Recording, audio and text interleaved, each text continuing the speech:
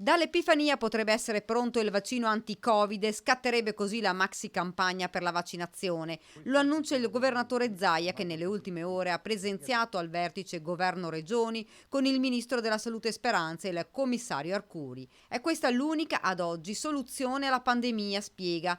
3 le fasi: gennaio-marzo, marzo-giugno e giugno-settembre. Le aziende farmaceutiche sono pronte e entro dicembre potrebbe esserci l'autorizzazione di EMA, l'Agenzia Europea per i Medicinali. Sembra che se il 29 accadesse questo miracolo, noi potremmo già, perché immagino che i vaccini siano già prodotti, ci siano già immagazzinati, noi siamo già organizzati, partire, ma io dico, guardate, veramente non sto scherzando l'H24, perché dovremmo cercare di fare buttare il cuore oltre l'ostacolo. Noi abbiamo 30.000 ospiti delle case di riposo, dai quali dobbiamo partire, che devono essere vaccinati in tempi ultra rapidi. Dobbiamo arginare questo fiume in piena, dice Zaia, poi sui contagi non ha mezzi termini. Nelle ultime 24 ore abbiamo avuto 5.098 positivi. Facendo tanti tamponi ne viene fuori che comunque positivi se ne trovano.